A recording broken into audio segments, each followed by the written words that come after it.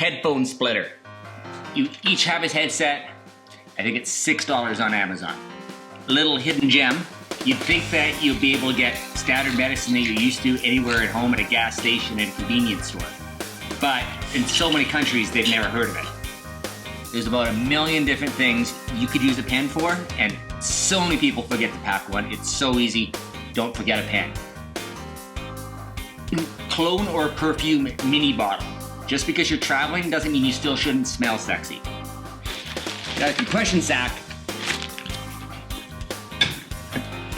It's not about traveling light, it's about traveling compact. Standard tie wraps.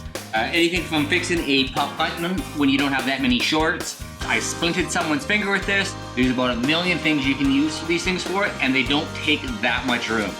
Dry sack. Wallet. Yes, Mom? Yeah. I'll tell them for sure.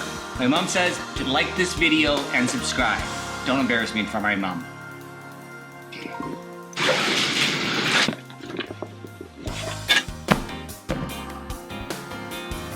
A small flashlight, not a big one. You will need one. I hope you enjoyed it, and don't forget to check out our travels.